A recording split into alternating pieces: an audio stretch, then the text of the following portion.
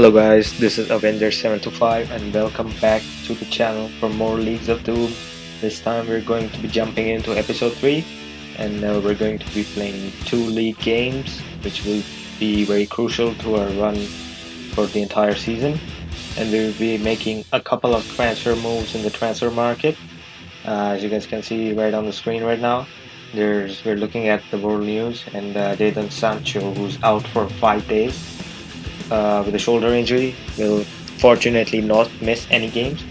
He got injured in the first game against Borussia Dortmund, which we ended up losing 3-1, which was very embarrassing considering we just made some very big signings. But we're hoping to bounce back from that game and start our season off with a bang. We'll be looking to finish in the top half of the table and hopefully qualify for Europe. If we can, because we're playing on Legendary, it will be difficult, but with the squad that you're seeing right now, just to recap, this is the signings that we made last time. Jadon Sancho, who normally plays on the right wing, is placed in the right position here.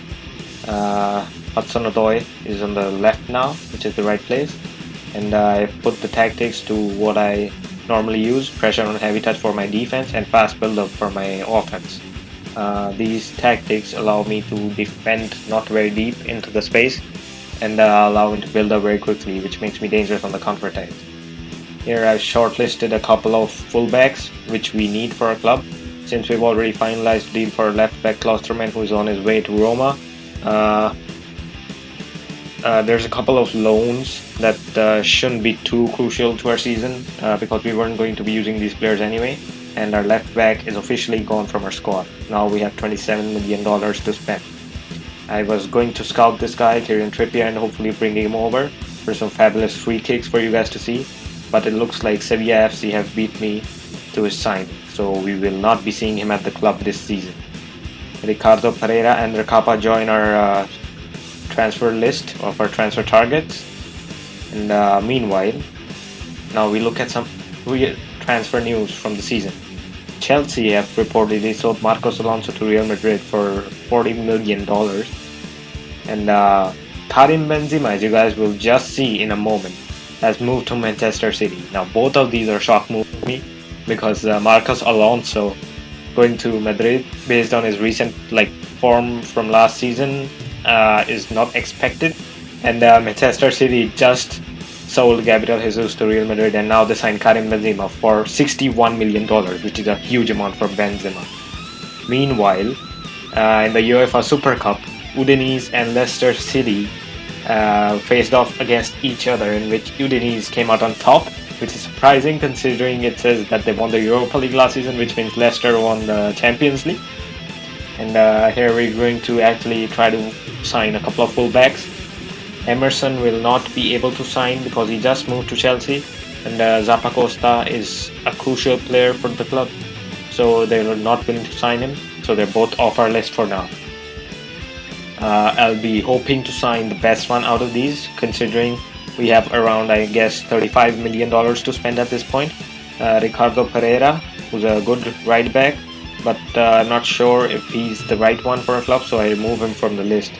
And Ander Kappa is gone as well, so at the moment it's just the left backs for us who we're going to be looking at.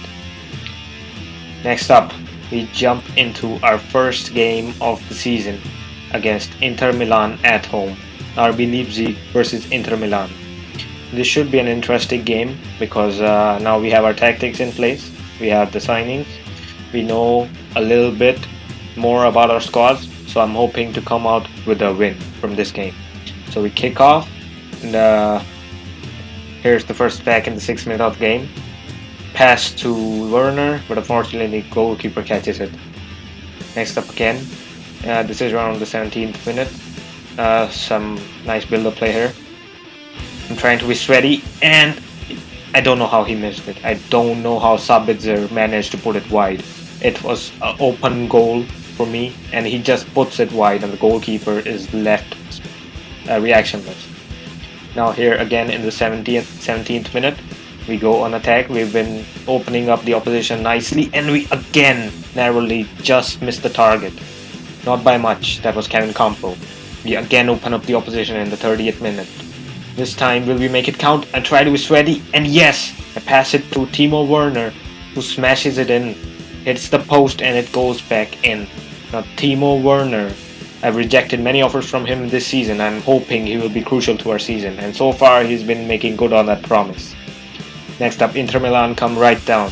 They cross the ball into Icardi, and he puts it in the back of the net for the equalizer just before halftime. I believe it was Perisic who put in the cross. Now Icardi is mocking us, but don't worry. I believe we can respond to this. And then here we pass the ball down, and the player just got tackled, which was a penalty in my opinion, but we don't get one, so I'm guessing he got the ball first. And then in the 49th minute, again Inter Milan here with some beautiful passing play. They try to put it in for a cross again, but our goalkeeper makes a diving save to keep it level at 1-1. And here we pass the ball to Hudson-Odoi, who does a fake shot, and he crosses it in, and Timo Werner again on the score sheet for us. He puts us again 2-1 ahead, restores our advantage. And this time, I believe we will try our best to hold down Inter Milan to not let them score again. What a beautiful cross from Hudson-Odoi. He is developing into a very nice young player, and that jump from Timo Werner was almost incredible. Here we mess up, we give Inter Milan the ball, and they're almost instantly going to punish us. This is just 4 minutes after our second goal. And they come right down, and this time it's Perisic who gave the assist for the first goal, who scores this time, and he puts it back at 2-2. He hugs his manager and they're celebrating. It is not looking very good for us, and that is how it ends. Our second game of the season ends in a 2-2 draw against Inter Milan at home. The stats are not very different, almost same, and we are going to sign Florenzi from Roma, but Paris Saint-Germain have hacked the move, and now he's a PSG player for this season.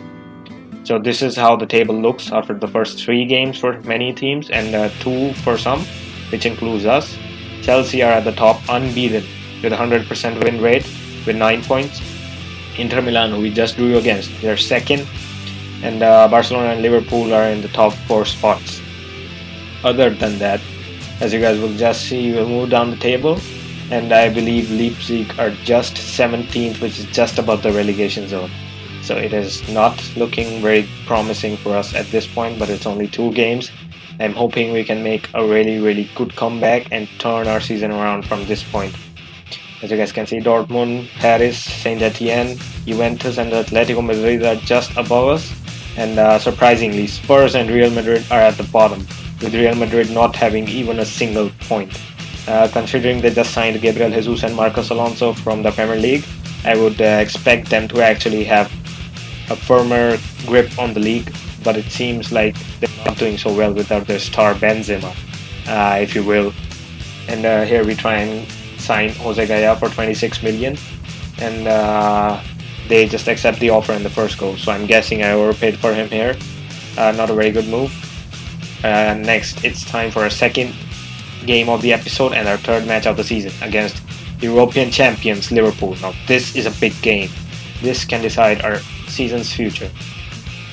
And we kick right off from Anfield.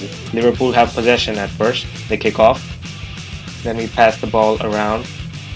Then again my player is fouled, but we don't get any advantage or any reaction from the referee. Next up, we have the ball here around the 22nd minute. We do a drag back, a nice pass here to Werner, and he blocks the shot. No result. Then again we have the ball. We'll try to make a good counter attack here, and we pass the ball down to Ruben Loftus-Cheek, who shoots, but the goalkeeper saves it. Alisson, that is. And then we again do a drag back. We pass it to our striker and he misses. Alisson is so brilliant here. That was a class save. And this is after half time. We pass again here. We shoot again, and Alisson again with a monstrous save. What a keeper he is. An absolute beast. And then I believe that is Emil Forsberg who passes down to Timo Werner, and almost from an insane angle Timo Werner shoots, and it's in the back of the net again. What a signing. Or not a signing, he's already been at the club. This guy's absolutely insane. I'm so happy we kept him and didn't sell him to any other club for whatever amount of money, because he's proving to be so useful for our club.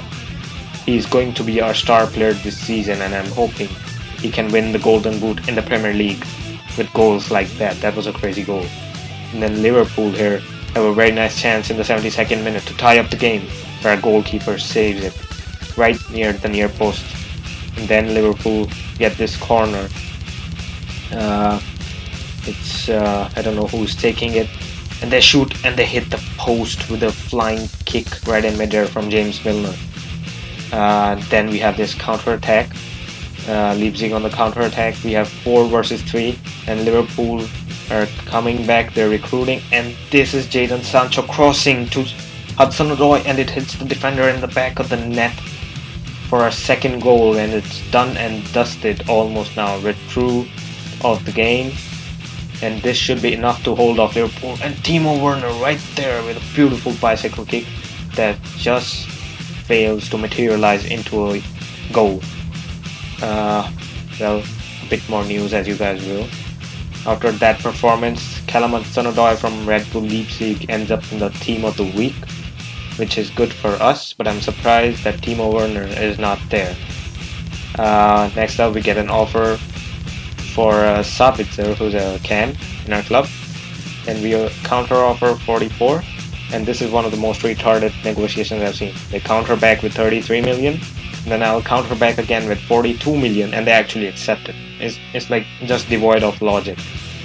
So I don't know why, but anyway, Sabitzer is on his way to Chelsea now, so we're one midfielder short of, in our squad now. So this is how the table looks after the first 3 games for every team, and we move up 6 places to 11th place. We're level with Olympique Lyon and Bayern Leverkusen on points and goal difference, which is not a bad thing, neither a good thing, but we only have to move up from here. There's no looking back, there's no looking down. Real Madrid are still at the bottom because they haven't played any games, and Chelsea still at the top, undefeated. Alright guys, thanks for watching this video. Don't forget to tune in next time for episode 4 of Leagues of Doom. It's going to be a crazy ride. Ciao.